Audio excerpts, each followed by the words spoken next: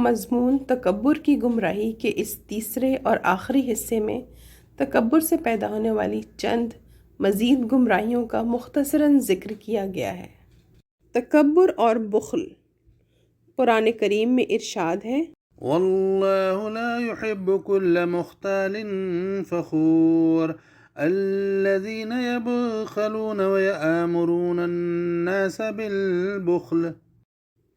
اور اللہ تعالیٰ کسی اترانے والے شیخی باز متکبر کو پسند نہیں کرتا جو خود بھی بخل کرتے ہیں اور دوسروں کو بھی بخل کی تعلیم دیتے ہیں۔ اس سے معلوم ہوتا ہے کہ بڑائی مارنے والے متکبرین بخیل بھی ہوتے ہیں۔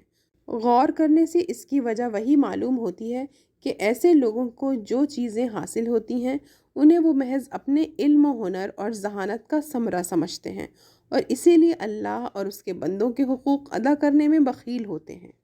جس طرح یہ اپنی موت سے گھبراتے ہیں کہ موت ان کے علم، ہنر اور ذہانت وغیرہ کو ان سے جدا کر دینے والی چیز ہے، اسی طرح اپنے مال کے خرچ ہو جانے کا ڈر انہیں لگا رہتا ہے۔ اس بخل سے صرف اللہ کے مخلص بندے ہی بچ پاتے ہیں جو ہر فضیلت کو اللہ کا عطیہ سمجھتے ہیں۔ نماز کی پابندی ان کے ایمان و یقین کو پختہ رکھتی ہے اور وہ ہر نعمت کے بارے میں اپنے آپ کو اپنے مالک کے سامنے جواب دہ سمجھتے ہوئے زندگی گزارتے ہیں۔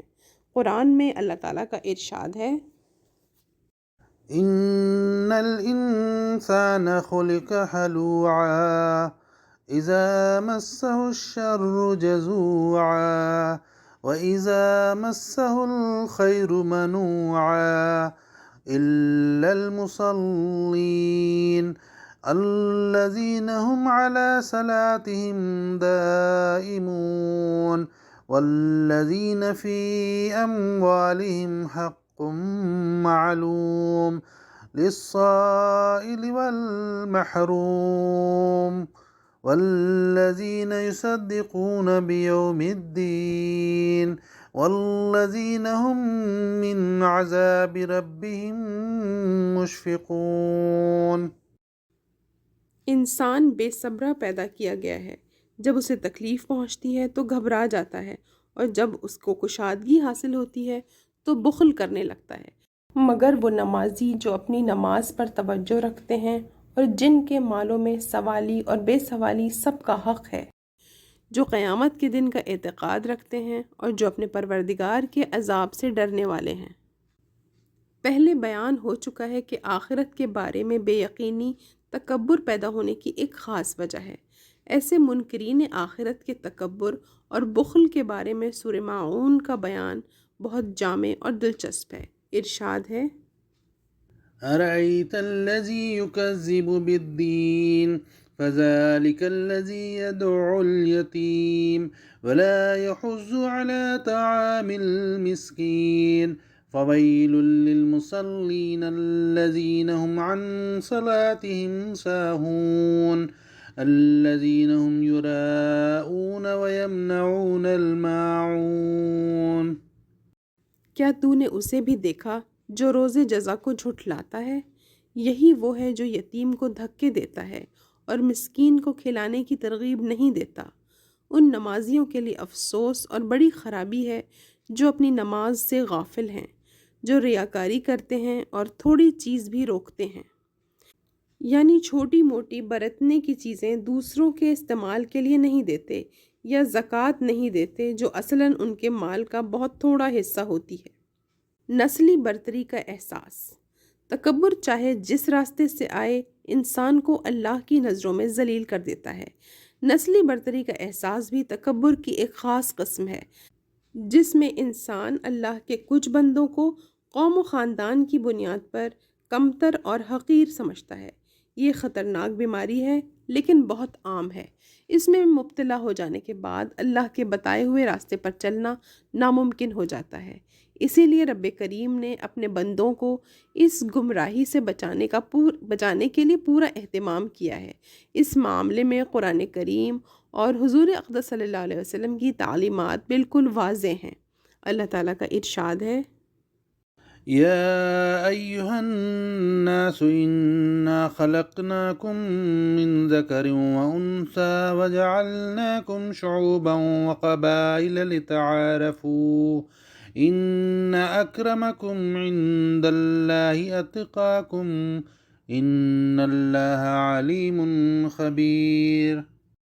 اے لوگوں، ہم نے تم کو ایک مرد اور ایک عورت سے پیدا کیا ہے اور تمہیں مختلف قوموں اور مختلف خاندانوں میں تقسیم کیا ہے تاکہ ایک دوسرے کا تعارف حاصل کر سکو۔ اللہ کے نزدیک تم میں سب سے بہتر وہ ہے جو سب سے زیادہ پرہیزگار ہے۔ اللہ خوب جاننے والا، خبردار ہے۔ اس کی وضاحت حضور اقدس صلی اللہ علیہ وسلم کے اس ارشاد سے ہوتی ہے جو آپ نے حجۃ الوداع کے موقع پر فرمایا، جس کا مفہوم ہے لوگوں، تمہارا پروردگار ایک ہے اور تمہارا باپ بھی ایک ہے اور تم سب آدم کی اولاد ہو اور آدم مٹی سے بنے تھے۔ اللہ کے نزدیک تم میں سب سے زیادہ افضل وہ ہے جو تم میں سب سے زیادہ پرہیزگار ہے۔ کسی عربی کو کسی عجمی پر فضیلت نہیں، نہ کسی گورے کو کالے پر، لیکن تقوی کی بنا پر۔ قرآن میں حضرت آدم علیہ السلام کا قصہ کئی جگہوں پر بیان ہوا ہے۔ اس سے معلوم ہوتا ہے کہ ابلیس کو نسلی برتری کا احساس ہی لے ڈوبا۔ اس کی وجہ سے وہ قصداً اپنے رب کی نافرمانی کر بیٹھا اور ضلالت کے گڈھے میں گرتا چلا گیا۔ اللہ تعالیٰ کی نافرمانی کرتے ہوئے جب ابلیس نے آدم علیہ السلام کو سجدہ نہیں کیا تو حق تعالیٰ نے فرمایا، قال ما منعك ألا تسجد إذ أمرتك قال أنا خير منه خلقتني من نار وخلقته من طين قال فاهبط منها فما يكون لك أن تتكبر فيها فأخرج إنك من الصاغرين۔ تو جو سجدہ نہیں کرتا تجھے اس سے کس چیز نے روکا جبکہ میں حکم دے چکا ہوں؟ کہنے لگا میں اس سے بہتر ہوں، تو نے مجھ کو آگ سے پیدا کیا ہے اور اس کو خاک سے پیدا کیا ہے۔ حق تعالیٰ نے فرمایا، تو یہاں سے اتر، تجھ کو کوئی حق حاصل نہیں کہ تو تکبر کرے، سو نکل جا، بے شک تو ذلیلوں میں شمار ہونے لگا۔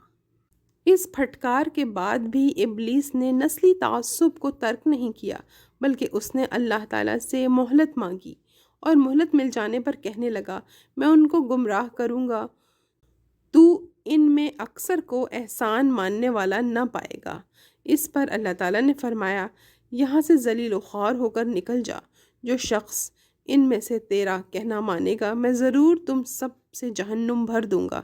یعنی جو بھی اللہ تعالیٰ سے ڈرتے ہوئے اس کی فرما برداری کا راستہ نہ اختیار کر کے شیطان کی طرح نافرمانی کا راستہ اختیار کرے گا، وہ چاہے خاک سے بنا ہو یا آگ سے، انسان ہو یا جن، شیطان کا ہی ساتھی قرار پائے گا اور آخر تک اس سے توبہ نہ کرے گا تو جہنم میں ڈال دیا جائے گا۔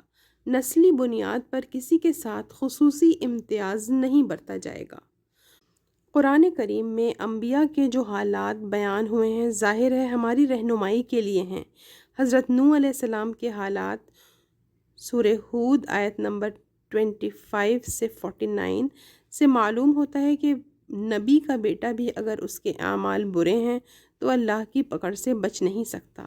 حضرت نوح علیہ السلام کا بیٹا اللہ کے عذاب میں گرفتار ہوا جس طرح اور نافرمان ہوئے۔ محض نبی کا بیٹا ہونا اسے اس عذاب سے نہ بچا سکا جس میں وہ اپنے کفر و شرک اور نافرمانی کی وجہ سے گرفتار ہوا۔ حضرت ابراہیم علیہ السلام کو دنیا کی بیشتر قومیں اپنا پیشوا مانتی ہیں۔ ان کے جو حالات قرآن کریم نے بیان کیے ہیں اس سے بھی نسلی برتری کے بارے میں ساری غلط فہمی دور ہو جاتی ہے۔ ان کو اللہ تعالیٰ نے بڑی سخت آزمائشوں سے گزارا اور اللہ کی دی ہوئی توفیق سے کامیاب ہوئے۔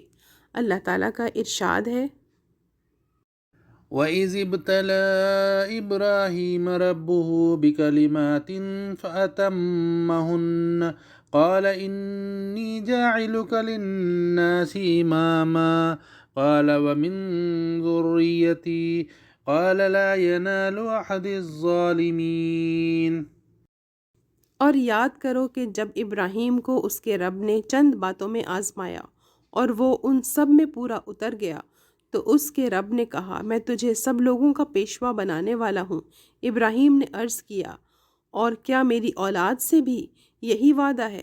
اس نے جواب دیا میرا وعدہ ظالموں سے متعلق نہیں ہے۔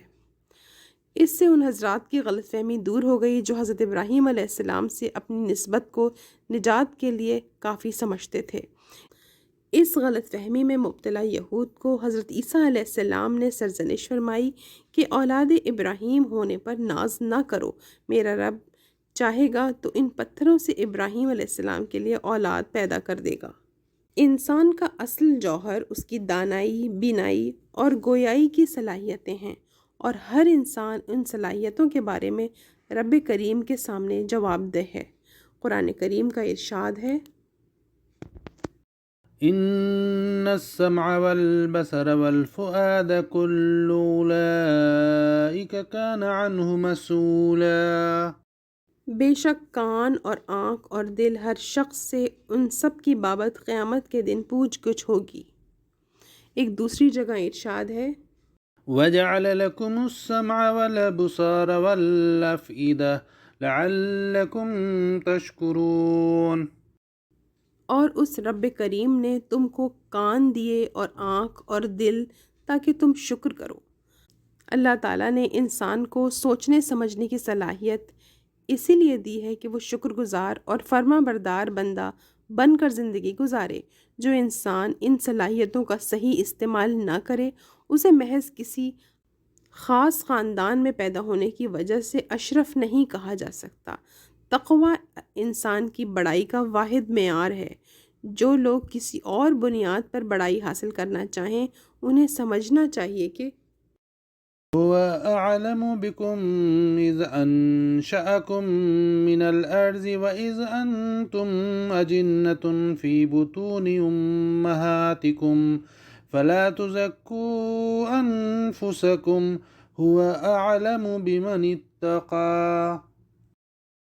وہ اللہ تم کو خوب جانتا ہے جب کہ اس نے تم کو زمین سے پیدا کیا اور جب تم اپنی ماؤں کے پیٹوں میں جنین کی شکل میں رہے، تم اپنے کو پاکیزہ نہ ٹھہراؤ۔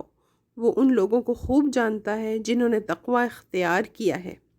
تکبر کی گمراہیاں اور تباہ کاریاں انسانی زندگی کے آغاز حضرت آدم علیہ السلام کے زمانے سے ہی موجود رہی ہیں، اور اسلام اللہ تعالیٰ کی فرما برداری کا راستہ ہی اس سے بچنے کا واحد راستہ رہا ہے۔ آج کل بھی زمین پر جو فسادات ظاہر ہو رہے ہیں، تکبر اور بے جا احساس برتری اس کی خاص وجہ ہے، اور اسلامی تعلیمات کی طرف واپسی ہی اس کا واحد علاج ہے۔